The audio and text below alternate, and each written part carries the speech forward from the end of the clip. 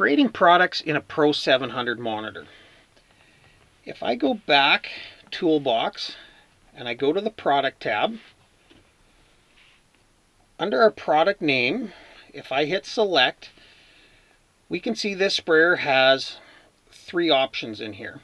Some sprayers will have 50 some different options. There'll be a bunch of task names and fuel and def and down pressure and a bunch of useless ones clogging up our list. If we want to clean up that list, we can hit the X, go back, go into data management, delete tab.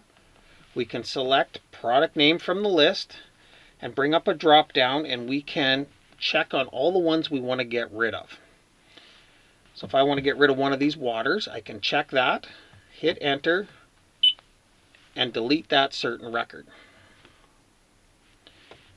So now when I go back into my toolbox list, you can and hit select, you can see I only have one water now, 2,4-D in water.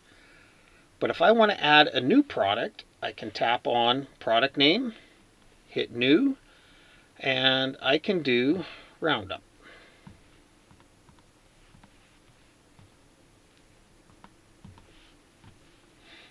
Okay, the form would be liquid.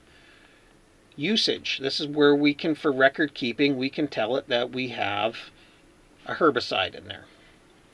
We need to tell it a default application rate, 5 gallons.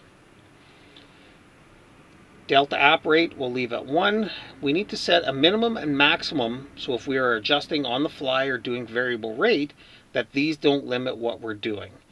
So I'm going to do a minimum of 1, a maximum, I'm going to go really wide here and go 50. So now we are going to start at 5 gallons, and it is going to allow it to run between 1 and 50.